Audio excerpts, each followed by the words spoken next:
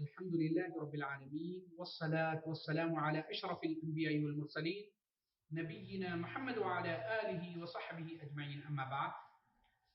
قال الله تبارك وتعالى في كلامه المجيد: أعوذ بالله من الشيطان الرجيم. إن عدة الشهور عند الله 12 شهرا في كتاب الله يوم خلق السماوات والأرض منها 4 حرم. مہینوں کی گنتی اللہ رب العالمین کے نزدیک قرآن مجید میں 12 ہی ہیں جس دن سے اللہ رب العالمین نے آسمان و زمین کو پیدا کیا ہے، اور ان میں سے 4 حرمت والے ہیں۔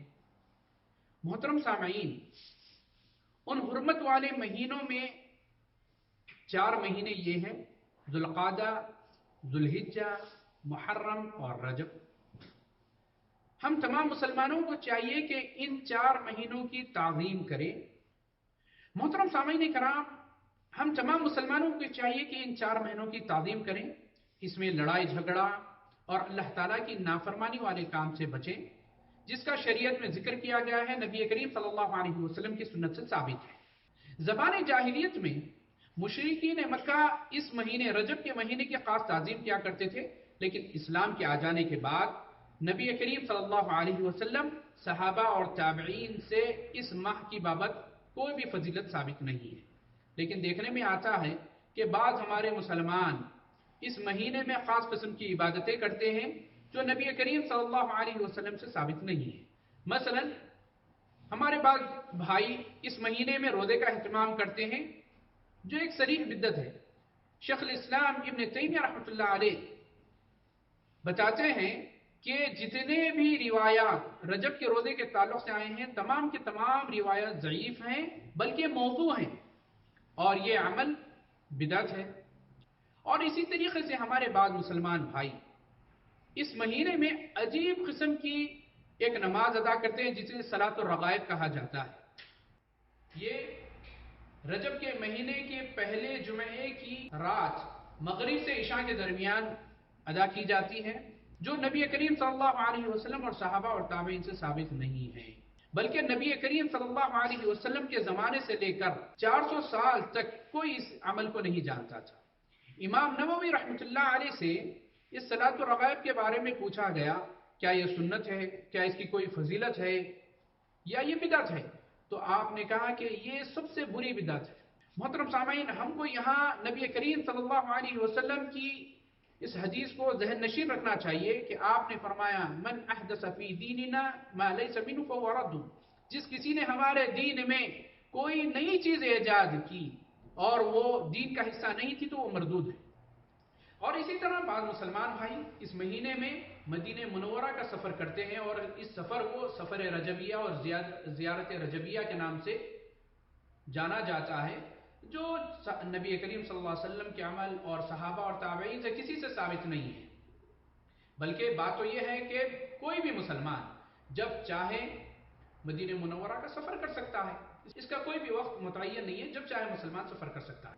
اور اسی طرح بعض مسلمان اس مہینے کی 27ویں شب کو جاگ کر عبادتیں کرتے ہیں، محفلیں منعقد کرتے ہیں، خطابات کرتے ہیں، نعتیں پڑھتے ہیں، اور بعض ہمارے مسلمان نوجوان راتوں میں سڑکوں پر گھوما پھرا کرتے ہیں، اور اسے معراج کی رات کا نام دیا جاتا ہے، شب معراج کہا جاتا ہے۔ اس رات کو جاگنا، عبادتیں کرنا، محفلیں منعقد کرنا، یہ نبی کریم صلی اللہ علیہ وسلم سے اور نہ صحابہ سے اور نہ تابعین سے ثابت ہے۔